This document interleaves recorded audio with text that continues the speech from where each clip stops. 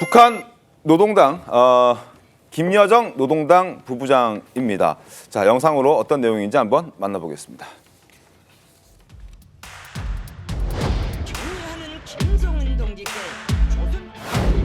동지들, 오늘 우리는 새로운 전술 무기들을 우리 군대에 인도하기 위한 기념식을 하기 위해 특색 있는 행사장에 모였습니다. 250대의 신형 전술 탄도미사일 발사대들을 마주하고 있습니다. 국경 지역에서 동료 군사 활동을 담당하게 됩니다.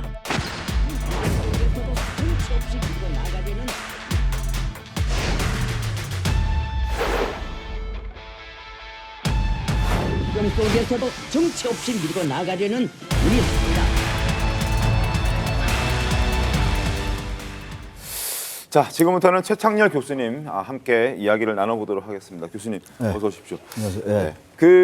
지금 영상으로 저희가 확인을 했습니다만 지금 김여정 노동당 부부장이 지금 이제 후계자로 평가받고 있는 김주애에게 뭔가 의전을 하는 듯한 모습인데요. 저거를 후계자와 부부장으로 봐야 됩니까? 아니면 조카와 고모로 봐야 됩니까? 어떻게 좀 봐야 될까요? 조카와 고모보다는 후계자와 이제 김여정으로 봐야 될 것 같아요. 네. 김여정 노동당 부부장인데 네.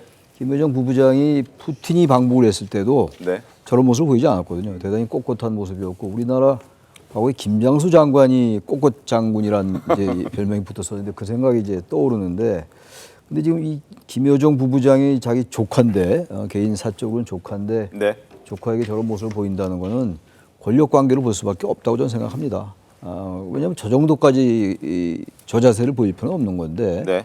저건 권력에서 말하자면 김정은, 네. 김정은 위원장의 이제 후계자로 이제 후계자 수업을 하는 걸로 우리가 판단해야 될 것 같아요. 왜냐하면 지금 김정은을 후계자가 별로 없잖아요. 물론 김정은 지금 위원장이 사실 저 후계자의 얘기에서는 아들을 숨겨둔 아들을 후계자로 시키기 위한 어떤 페이크일 수도 있다라는 얘기가 있었는데 저 모습은 후계자로 인정하는 모습이다 이렇게 평가를 하시는군요. 저는 그렇게 보고 있습니다. 그 아들을 지금 이제 일부러 나중에 후계자로 하기 위해서 네. 페이크 저렇게 한다? 그렇게 할 이유가 있나요? 제가 볼 때는 뭐 그건 아주 예민한 문제이기 때문에 네. 여러 분석이 필요할 겁니다. 근데 지금 벌써 4대째인데 네. 김일성, 김정은, 김정일, 김정에서 김주애까지 얘기가 나오는데 어떻게 될지 모를 겁니다 아마. 북한도 거기 권력 관계가 있는 권력정이 굉장히 예민한 곳이겠죠 거기라고 그런 게 전혀 없겠습니까? 그리고 너무 비정상 국가의 모습이기 때문에 네. 그리고 북한 국민들, 북한국의 인민이라고 표현합니다만 북한 국민들도 저 부분을 모르겠어요. 전 그래서 김정은 위원장의 건강도 안 좋다는 건 다 우리가 알고 있는 거고 말이죠. 네. 고혈압, 당뇨 뭐 이런 것들 대단히 좀 다급한 면이 있는 것 같아요. 나이는 젊지만 네. 과거로 이 왕조 시대의 전형적인 모습인데 왕조 시대 선의 같은 얘기예요, 저게. 저기서 저는 그래서 후계자 수업을 한다고 제가 말씀드렸습니다만 그렇게 만만한 문제는 아닐 것 같아요. 네. 저 문제가 권력을 이양하는 문제이기 때문에 네. 저 부분 좀 여러 가지 측면을 변수를 고려하면서 살펴봐야 될 것 같습니다. 윤기찬 대변인 어떤 생각을 좀 보셨습니까? 저는 일단 북한 사회가 지금 김정은이라는 혈통 문제 갖고만 통치할 수 있는 통치를 거기서만 나오지는 않는다고 보거든요. 이제 민생이라는 문제가 대두되고 있고 실제 엘리트층이 어쨌든 아직까지는 김정은 쪽 그 백두혈통을 이용할 가치가 있다고 좀 봐요.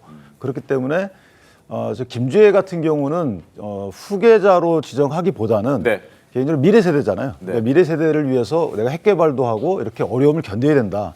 이런 선전용으로 보이고 국제적인 어떤 제재 조치에 대해서 좀 무마시키려는 의도 이런 식의 정권 입장에서 보면 이용하는 측면이 없잖아 있는 것으로 보이고 제가 아까 말씀드린 대로 백두혈통을 끝까지 이어가려고 그러면 사실은 이제 아들 문제가 불거질 수밖에 네, 없고 네. 그러기 위해서는 지금 김주애 쪽으로 후계가 굳어지는 것을 오히려 견제하는 게 아닌가. 그래서 아들의 부상을 위한 공간을 좀 열어두려고 하는 게 아닌가. 좀 그렇게 개인적으로 생각합니다. 알겠습니다. 지금 최창현 교수와는 조금 상반된 어떤 의견을 좀 제시해 주신 것 같습니다. 어찌됐든 북한이 갑자기 김주애를 부각하고 있고 최근 들어서는 조금 그 부각하는 게 다소 좀 줄어들었다, 주춤하다라는 지적도 나오고 있는데 이거는 수해 사고 때문에 이렇게 했다고 보십니까? 그러니까 뭐 자리 배치 문제나 이런 것이 네. 그전과는 조금 다르다는 지금 지적들이 나오는데 저는 크게 두 가지를 보는데 하나는 추측이에요. 하나는 추측이다? 추측인데 뭐냐면은 김주애가 실제 후계자인데 네. 너무 지금 초기에 부각되는 것이 부담스러워서 약간 좀 뒤로 배치하는 것 아닌가? 아니면은 조금 전에 말씀하신 대로 진짜 후계자가 아들이 따로 있는데 네. 어떻게 보면 페이커가 너무 부각됐기 때문에 또 이것을 좀 가라앉히는 게 아닌가 이렇게 볼 수 있는데 이거는 추측이죠.